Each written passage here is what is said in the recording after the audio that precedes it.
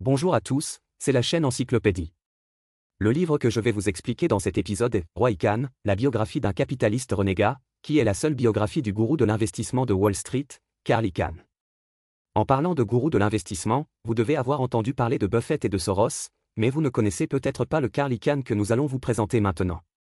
Carl Icahn est parti de zéro à Wall Street et a gagné plus de 20 milliards de dollars américains en 50 ans. Il a été classé parmi les 10 premiers au monde sur la liste des riches de Forbes et a déjà dépassé Soros pour devenir l'homme le plus riche de Wall Street. Le magazine Fortune a décrit Icahn comme le spéculateur le plus prospère de la planète. Alors, quelle stratégie d'investissement Icahn a-t-il utilisée pour obtenir des revenus? Quelle sagesse de lui mérite d'être apprise? Qu'est-ce que l'OPA hostile opéré par Icahn et quel rôle joue-t-elle dans la société des affaires? Vous comprendrez après avoir écouté ce programme. Prenons quelques entreprises dans lesquelles Carl Icahn a investi. Comme Apple, Icahn a acheté massivement et a ensuite demandé au PDG de l'entreprise, Tim Cook, de modifier sa stratégie commerciale et de verser davantage de dividendes aux actionnaires. Un autre exemple est celui du géant du commerce en ligne eBay. Icahn l'a poussé à scinder sa filiale la plus rentable, PayPal, et à la lister de manière indépendante. Il y a aussi le géant des ordinateurs personnels Dell. Icahn est une fois de plus intervenu à mi-chemin et s'est opposé au fondateur de l'entreprise, Michael Dell, pour concourir pour le contrôle de l'entreprise. Ces actions ont fait grimper le cours de l'action, permettant à Icahn et à ses partisans d'en tirer d'importants bénéfices. Les investisseurs comme Icahn n'attendront jamais éternellement après avoir acheté des actions. Ils feront certainement de leur mieux pour faire grimper le cours des actions. Cependant, leur comportement est relativement dur et a violé les intérêts de nombreuses personnes. C'est pourquoi ils sont souvent appelés « barbares ». Et les « nuisibles » estiment qu'ils ont affecté le fonctionnement normal des entreprises et perturbé l'ordre du marché. Mais l'approche de Carl Icahn est aussi une méthode d'investissement très importante, appelé OPA hostile.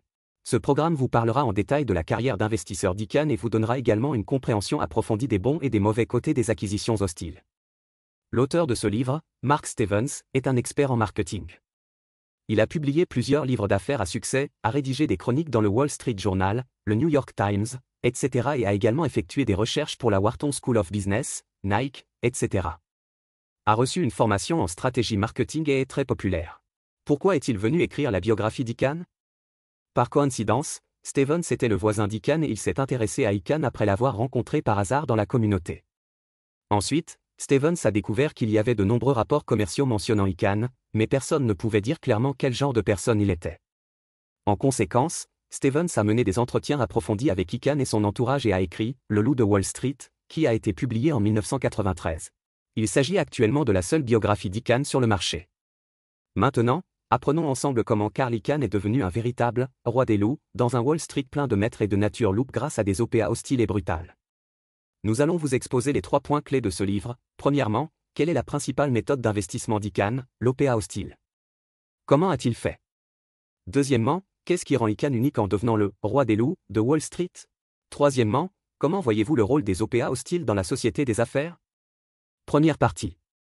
Examinons d'abord le premier point important. Qu'est-ce que le célèbre coup d'Icahn appelé prise de contrôle hostile? Comment a-t-il fait? OPA hostile, également appelé OPA hostile. Ajoutez le mot « hostilité » avant une acquisition a un sens plutôt méchant. Nous savons qu'il est courant que les capitaux propres d'une entreprise changent. Les magnats du capital deviennent les principaux actionnaires en acquérant des capitaux propres. S'ils les achètent progressivement, ils devront contrôler ou acquérir la totalité de l'entreprise. Mais ce type de transaction doit être fait en douceur. Habituellement, les deux parties s'assoient et parlent. Par exemple, Buffett a racheté des centaines d'entreprises sous son contrôle, mais il a rarement changé de directeur général depuis qu'il les a achetées, car il aime acheter des entreprises bien gérées. Un autre géant brésilien des fusions et acquisitions, 3G Capital, a acquis Budweiser Beer, Burger King, etc. Il aime promouvoir la réforme de la partie acquise et même remplacer à grande échelle les hauts dirigeants, mais il négociera également avec l'autre partie avant la fusion et acquisition pour gagner la coopération de l'autre partie. En revanche, si l'on considère les OPA hostiles de Carl Icahn, il n'avait pas beaucoup de projets. Il ne communiquait souvent pas avec la direction. Il achetait d'abord et en parlait ensuite. Lorsqu'il achetait suffisamment d'actions, il avait une confrontation, obligeant la direction à augmenter le cours des actions de l'entreprise. Le but d'une OPA hostile n'est généralement pas d'acquérir une société exploitante, mais simplement de gagner la différence de prix et de partir après avoir gagné suffisamment. La première étape d'une OPA hostile consiste à trouver une société cotée gravement sous-évaluée. Par exemple, les actifs d'une entreprise tels que les terrains, les biens immobiliers, les machines et les équipements valent au total 200 millions, mais sa valeur boursière n'est que de 100 millions. Si vous acquérez une telle entreprise et vendez ses actifs, vous pouvez instantanément doubler votre profit. Parce qu'en bourse, le cours des actions d'une entreprise est souvent freiné par divers facteurs, tels qu'une performance insatisfaisante à court terme, un mauvais environnement boursier global, certains actifs non reflétés dans les états financiers, etc. Des fusions et acquisitions industrielles, les actifs de l'entreprise, le niveau d'exploitation à long terme, les synergies post-acquisition, etc. sont plus importants, et il n'y aura pas de remise particulièrement importante lors des transactions.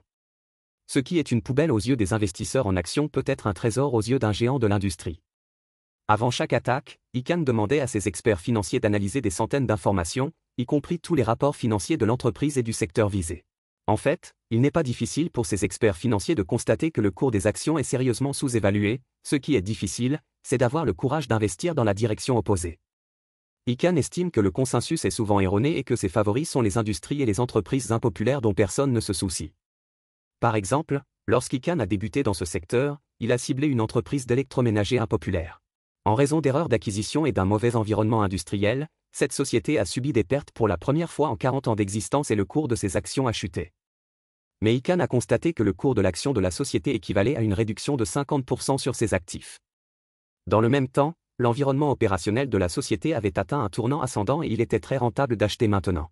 Il a donc acheté un grand nombre d'actions à bas prix, rejoint le conseil d'administration et a favorisé le rachat de l'entreprise par des géants du même secteur.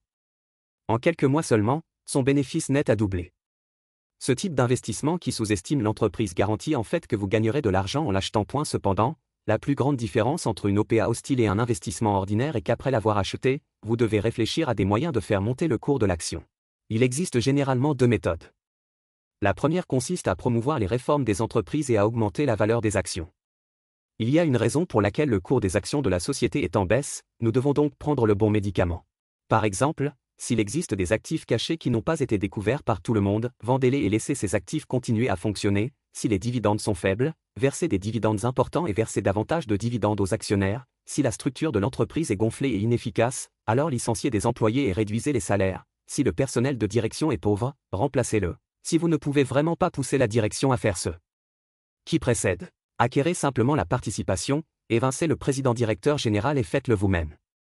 Après tous ces problèmes, la valeur de l'entreprise sera vue par tout le monde et le cours de l'action augmentera. La deuxième façon consiste à revendre les actions à l'entreprise ou à d'autres à un prix élevé. Il existe un terme pour cette technique appelée « chantage au ticket vert ». Le dollar est vert, et l'extorsion de billets verts signifie brandir beaucoup de dollars pour menacer « j'ai la force de racheter l'ensemble de l'entreprise et de chasser les dirigeants, alors dépêchez-vous et répondez à mes exigences ». Bien entendu, les dirigeants de l'entreprise ne veulent pas être expulsés et s'ils se sentent incapables de chasser l'autre partie, ils dépensent souvent de l'argent pour éviter le désastre et acceptent partiellement la demande de l'autre partie. Bien sûr, ce n'est pas votre propre argent qui est dépensé, mais l'argent de l'entreprise ou du « chevalier blanc ». Les « chevaliers blancs » sont d'autres acquéreurs de bonne foi qui sont plus acceptés par la direction de l'entreprise. Ensuite, vous dites que si une société cotée est ciblée par un acquéreur hostile, il n'y a pas d'autre moyen que de laisser d'autres en profiter? Bien sûr que non, la direction dispose de bien d'autres moyens pour y faire face afin de faire fuir les acquéreurs. Par exemple, vous pouvez lancer un « plan pilule empoisonné » qui consiste à émettre un grand nombre d'actions à bas prix pour diluer les capitaux propres, augmenter considérablement le seuil de contrôle et rendre les acquéreurs hostiles aussi mortels que de prendre une pilule empoisonnée. Vous pouvez également demander une aide administrative et judiciaire pour geler les actions et les fonds de l'acquéreur, en utilisant le temps pour tuer les opposants. En outre, il existe d'autres méthodes telles que l'incitation à l'émotion des employés et la recherche du soutien de l'opinion publique pour bloquer les opposants du point de vue moral. Icahn a rencontré une telle entreprise au début de sa carrière. Les deux parties ont négocié et l'autre partie a déclaré « Nous avons de nombreuses façons de traiter avec vous. Nous trouverons 3 des sociétés de relations publiques les plus puissantes pour ternir votre image. À l'avenir, quand d'autres vous verront, ils pointeront leur nez et vous grondent, rendant votre femme peu disposée à sortir avec vous.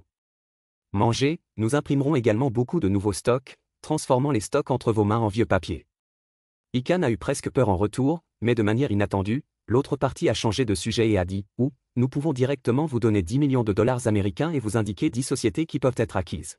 S'il vous plaît, partez et ne nous harcelez plus dans l'avenir. » Bien sûr, Icahn a choisi de prendre l'argent et de partir. Le jeu de l'OPA hostile s'apparente parfois à un jeu de hasard ou à une spéculation.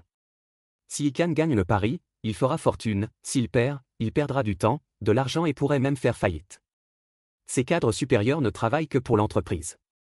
S'ils gagnent le pari, ils maintiendront simplement le statu quo. S'ils perdent le pari, ils risquent d'être licenciés par le nouveau patron. Dans ce cas, l'acquéreur hostile est plus confiant et a plus de chances de gagner. Maîtrisant les techniques des OPA hostiles, Icahn est rapidement devenu un leader dans ce domaine et est devenu une étoile brillante à Wall Street. Dans les années 1980, Icahn a attaqué successivement des sociétés célèbres telles que Phillips Petroleum, TWA, Texaco Petroleum, etc., remportant de nombreuses batailles, et est devenu la personne la plus redoutée des dirigeants des grandes sociétés cotées américaines. La seconde partie. L'introduction ci-dessus est le premier point sur la façon dont Icahn a gagné une énorme richesse grâce à des OPA hostiles. Notre deuxième point clé est le suivant: qu'est-ce qui rend Icahn unique en devenant le « roi loup » de Wall Street? Passons d'abord en revue l'environnement général de l'ascension d'Icahn. Dans les années 1980, l'industrie la plus rentable du monde des affaires américain était celle des OPA hostiles. À cette époque, de nombreuses industries traditionnelles connaissaient des difficultés de fonctionnement et une faible croissance, et le cours de leurs actions avait du mal à augmenter. Les capitaux veulent affluer vers des endroits où il est plus facile et plus efficace de gagner de l'argent, et les financiers de Wall Street ont trouvé de nouveaux moyens. Sous leur emballage soigné, la valeur marchande d'une entreprise augmentera considérablement après une scission, une réorganisation, une fusion et d'autres opérations. Les OPA hostiles sont la meilleure raison pour favoriser le fonctionnement de ces capitaux. Par exemple, une entreprise autrefois ciblée par Icahn avait deux activités principales, l'une était le secteur de l'acier, qui avait subi des pertes pendant de nombreuses années, et l'autre était le secteur de l'énergie, qui était en plein essor. Si l'activité sidérurgique est vendue à bas prix et qu'il ne reste que l'activité énergétique, parce que la rentabilité et les perspectives de développement de l'industrie sont bonnes, elle sera mieux reconnue par le marché et la valeur marchande de la nouvelle petite entreprise sera supérieure à celle de l'industrie. Celui de la grande entreprise d'origine. Si cette nouvelle société énergétique fusionne avec d'autres sociétés du même secteur et occupe une part de marché plus élevée, son avenir sera plus prometteur et sa valorisation sera plus élevée. La valeur marchande après la fusion sera bien supérieure à la somme des deux anciennes sociétés. Dans le cadre de ce type d'opération capitalistique, la richesse semble être générée à partir de rien. Pour paraphraser ce livre, pendant le boom des fusions des années 1980, gagner de l'argent à Wall Street était aussi simple que d'arracher des bonbons à un enfant. Presque tous les capitaux et les élites de Wall Street se sont rués sur la mine d'or des OPA hostiles. On peut dire qu'ils forment une meute de loups, et parmi eux, Icahn est le « roi des loups », bien mérité, du point de vue de la richesse, il s'est appuyé sur cette capacité pour éventuellement monter sur le trône de l'homme le plus riche du mur. Street, du point de vue des cas, son influence sur TWA et Philips, les rachats hostiles de grandes entreprises telles que Petroleum et Texaco ont été les plus influents de cette époque, à en juger par les résultats, il était invincible et presque personne n'a profité de lui. Pourquoi est-il si puissant? Comme nous l'avons mentionné précédemment, Icahn ose aller à l'encontre des opinions dominantes, penser de manière indépendante et réaliser des investissements à contre-courant. C'est quelque chose que des maîtres de l'investissement tels que Buffett, Soros et Charlie Munger ont en commun. Alors, quelle est la différence entre Icahn et eux? Nous nous concentrons ici sur deux qualités d'Icahn, la réflexion tactique et les capacités de négociation. Ces deux qualités correspondent aussi aux deux jeux auxquels il aime beaucoup jouer. Parlons d'abord de la pensée tactique, qui correspond aux échecs. Icahn a la capacité de discerner le jeu d'échecs, de réfléchir plus profondément et plus loin que les autres et de toujours garder ses adversaires imprévisibles. Icahn est diplômé du département de philosophie de l'université de Princeton et était également le meilleur joueur d'échecs de l'école. C'est peut-être la philosophie et le monde des échecs qui l'ont aidé à résumer un cadre de pensée unique. La plupart des gens sont habitués à la pensée linéaire. Si je veux aller de A à C, alors je dois passer par B, mais ce qu'Icahn voit, c'est qu'il y a plus d'une douzaine de possibilités différentes sur une image. Il peut aller de C à F à Z et enfin retour à R. C'est comme lorsqu'un maître joue aux échecs, il peut voir une douzaine de coups ou plus dans le futur à partir de la partie d'échecs en cours. Il y a des diplômés d'écoles de commerce qui prétendent être des génies partout à Wall Street, mais tout le monde s'accorde à dire qu'Icahn est le plus spécial. Les adversaires pensaient connaître les objectifs d'Icahn, mais en réalité, Icahn n'avait pas d'objectif fixe. Même les alliés d'Icahn et son entourage ne connaissent pas ses véritables mouvements car il ne fait jamais confiance aux autres. Il a dit un jour un dicton célèbre: si vous voulez vous faire des amis à Wall Street, il vaut mieux trouver un chien. Par exemple, pour certaines entreprises, vous pensez qu'Icahn veut juste faire du profit et s'enfuir, mais à la place il achète et les détient pendant des décennies. Certaines entreprises, on pense qu'il est prêt à gagner de toutes ses forces, mais il voit soudain la bonne opportunité d'en profiter. Parce qu'ils ne peuvent pas deviner la tactique d'Icahn, les adversaires sont souvent confus et complètement effondrés. Parlons de la capacité de négociation, qui correspond au jeu de cartes. La stratégie d'Icahn est en fait relativement simple: attendre l'opportunité, saisir la faiblesse de l'adversaire, puis menacer. Ses cibles d'attaque préférées sont les entreprises et les dirigeants en difficulté, c'est-à-dire lorsque ses adversaires ont de mauvaises cartes et exposent leurs faiblesses. Par exemple, Icahn a lancé une OPA hostile sur Apple, précisément après le décès du fondateur d'Apple, Steve Jobs, et lorsque le statut de son successeur Cook était instable. Icahn est également particulièrement doué pour les négociations marathon, et il aime particulièrement tenir des réunions de négociation importantes tard dans la nuit. De cette façon, il peut porter un coup fatal lorsque son adversaire est épuisé, confus et impatient de rentrer chez lui. Après avoir saisi une faiblesse, ce qu'Icahn aime le plus faire, c'est intimider et menacer. Ce livre rappelle le geste d'Icahn, pointer une arme sur la tête, tout comme le gangster du film qui pointe une arme sur la tête des autres lors des négociations. Il n'y a aucune raison pour qu'il ne puisse pas gagner. La situation la plus courante est de traiter avec la direction d'une entreprise. Si vous n'acceptez pas ma demande, je continuerai à acheter et acheter toute l'entreprise. Savez-vous comment je vais traiter avec vous alors? Parfois, Icahn n'a pas assez d'argent en main, ce qui équivaut à ne pas avoir de balles dans son arme. Il s'appuie principalement sur sa voix forte, sa forte énergie et son bluff. Et ses adversaires ne connaissent pas sa véritable force et son véritable objectif. Alors il le désarme souvent. C'est comme jouer aux cartes, si vous n'avez pas de bonnes cartes, vous pouvez effrayer votre adversaire en bluffant. Jetons un coup d'œil à la façon dont Icahn a démontré ses tactiques dans son célèbre ouvrage, Trans World Airlines Merger. TWA était à l'époque l'une des 4 principales compagnies aériennes des États-Unis. Au cours de ces années, TWA a connu des difficultés opérationnelles et a subi de lourdes pertes, et peu de gens s'en souciaient. Cependant, le flux de trésorerie de l'entreprise était très bon et, après l'acquisition, il pouvait être utilisé comme garantie pour emprunter de l'argent et verser des dividendes, ce qui plaisait à Icahn. Icahn a également noté que l'entreprise négocie avec le syndicat et que celui-ci acceptera probablement de réduire les avantages sociaux, ce qui améliorera la rentabilité de l'entreprise, augmentera rapidement sa valorisation et fera monter le cours de ses actions. Après avoir fait cette offre, Icahn s'est heurté, comme d'habitude, à la résistance de la direction de l'entreprise. Afin de l'arrêter, l'autre partie a trouvé Lorenzo, un magnate de l'aviation, comme chevalier blanc. Icahn pourrait vendre les actions à Lorenzo à un prix plus élevé et repartir avec l'argent. Lorenzo, le chevalier blanc, a commis 2 erreurs fatales à ce moment-là. La première erreur a été d'avoir mal évalué la situation et de penser qu'Icahn, un profane de l'industrie aéronautique, était juste là pour gagner de l'argent rapidement, mais le véritable objectif d'Icahn est d'acquérir l'intégralité de l'entreprise. La deuxième erreur a été que Lorenzo a ignoré le syndicat de TWA, qui disposait d'un droit de veto sur l'accord. Dans cette transaction, le syndicat est devenu l'allié et la monnaie d'échange d'Icahn. Parce que Lorenzo est réputé pour être impitoyable dans l'industrie aéronautique et qu'il a déjà mis une compagnie aérienne en faillite, les syndicats de l'industrie aéronautique à travers les États-Unis détestent Lorenzo et ont peur de devenir victime d'une prochaine faillite. S'ils devaient choisir entre Icahn et Lorenzo, le syndicat TWA n'aurait d'autre choix que de choisir Icahn. Icahn n'a pas été sans pitié dans ses relations avec le syndicat et en a profité pour lui infliger un chantage. Si son acquisition réussissait, les employés devraient réduire leur salaire de plus de 20%. S'ils n'étaient pas d'accord, je vendrais l'entreprise. Partage avec Lorenzo. Vous voyez, soit le syndicat réduira les salaires chez Icahn, soit il fera faillite et perdra des emplois entre les mains de Lorenzo. Après un tel compromis, le syndicat reste du côté d'Icahn.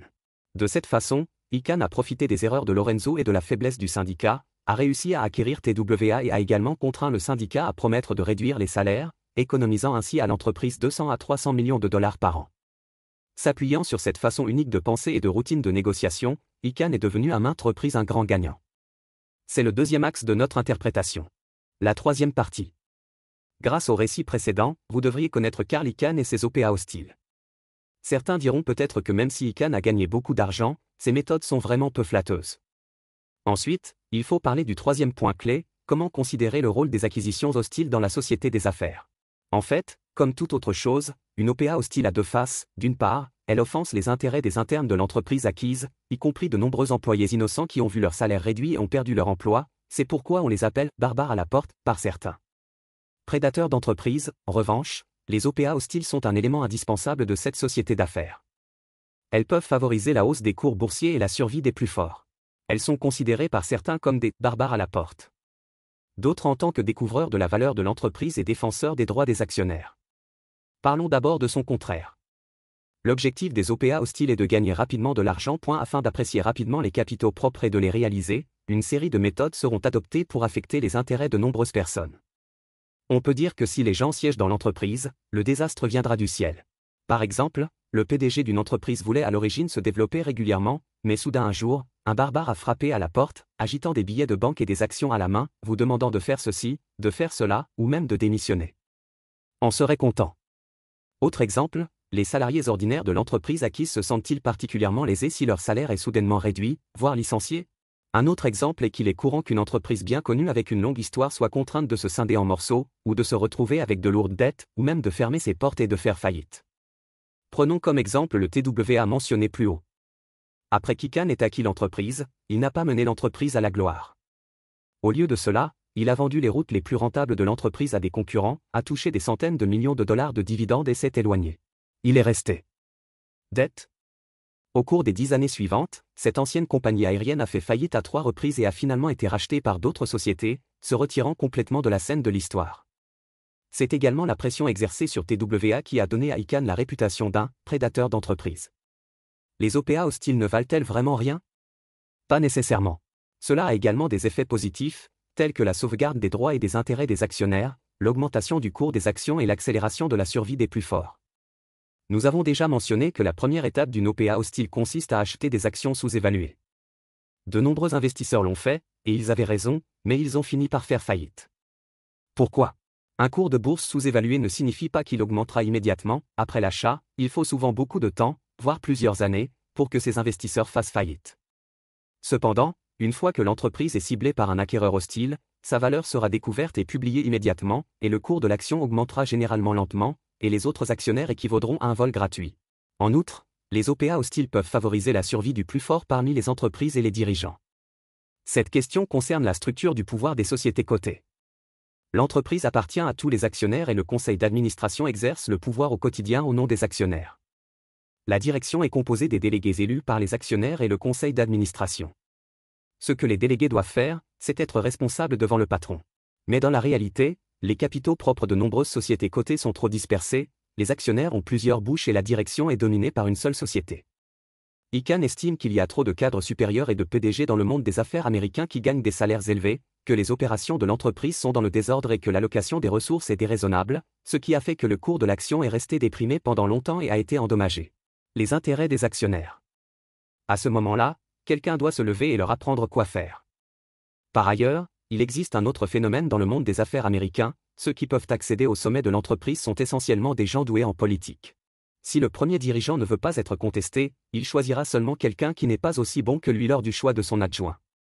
Et si le deuxième dirigeant est toujours un peu pire que le premier dirigeant, ces entreprises et même l'ensemble de l'Amérique, le monde des affaires sera dirigé par une bande d'idiots. Du point de vue des entreprises, Icahn estime que les entreprises mal gérées échouent non pas lorsqu'elles sont contestées, mais précisément lorsque personne ne vient les défier. Par conséquent, les acquéreurs hostiles comme lui sont justes. Tout comme la TWA a mentionné précédemment, en apparence cette société a été renversée par Icahn, mais en réalité, avant l'acquisition, la société subissait déjà d'énormes pertes. En plus de la concurrence féroce dans l'industrie, même s'il n'y avait pas d'acquéreurs hostiles. Il n'y a aucun moyen d'échapper au sort de la faillite, c'est juste une question de temps cela prend. Utilisons une loi naturelle pour expliquer. La société d'affaires est comme un écosystème. S'il n'y avait pas de méchants loups comme les acquéreurs hostiles, les lapins seraient envahis et les moutons seraient faibles et malades. Cependant, s'il y a trop de loups, il n'y aura pas assez de nourriture. La société des affaires est comme la nature, le nombre de loups et de lapins augmente et diminue, maintenant un équilibre dynamique. En brandissant le drapeau de la justice, et même en l'élevant au niveau de l'économie nationale, Icahn peut gagner le soutien des autres actionnaires, des autorités de régulation et de l'opinion publique dans la transaction. Bien entendu, les ajustements qu'il exige de l'entreprise peuvent effectivement apporter des avantages à court terme aux petits actionnaires.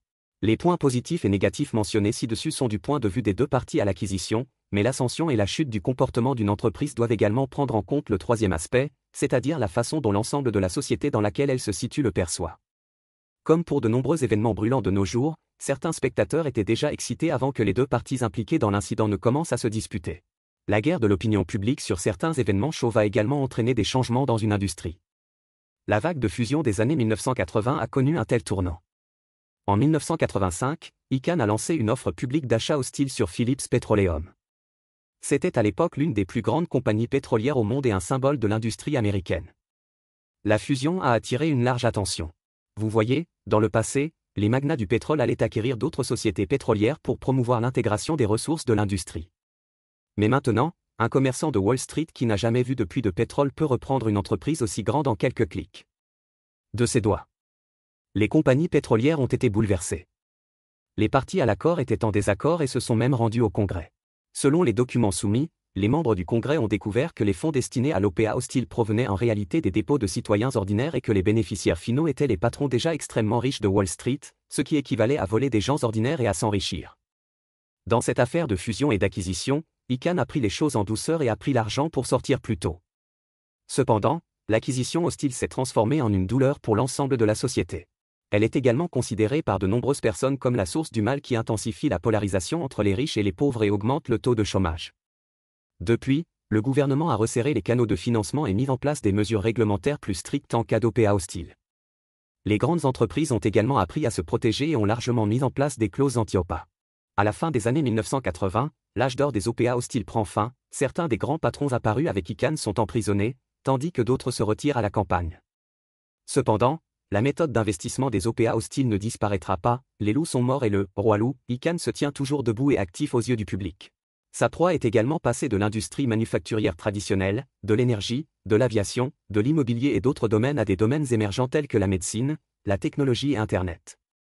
Surtout à partir de 2006, Icahn, qui a plus de 70 ans, a commencé à attaquer fréquemment des entreprises technologiques célèbres, notamment Motorola, Apple, Microsoft, Yahoo, Netflix, etc. devenant plus puissantes et gagnant plus d'argent, ce qui oblige les gens à admirer la capacité de suivre le rythme de son temps. Maintenant, passons en revue.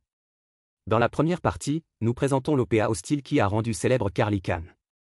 Icahn a fait une énorme fortune grâce à des attaques régulières et impitoyables, en pénétrant dans des sociétés sous-évaluées, en promouvant des changements dans les entreprises et en augmentant les cours des actions. Dans la deuxième partie, nous avons évoqué les qualités qui ont fait d'Icahn le « roi loup » de Wall Street.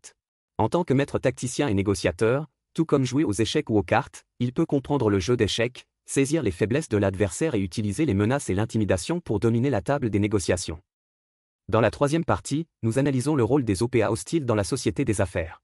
D'une part, elle étend les droits et les intérêts des actionnaires et favorise la survie des plus forts, d'autre part, elle intensifie également la polarisation entre riches et pauvres et devient un problème dans la société. Lorsque l'âge d'or des OPA hostiles a pris fin, Icahn a su s'adapter à son temps et rester actif dans ce domaine. C'est la fin de ce programme, quelles sont vos différentes opinions à ce sujet? Bienvenue à laisser un message pour discuter avec tout le monde. Et, si vous aimez notre chaîne, abonnez-vous à nous. Ah, n'oubliez pas de l'aimer.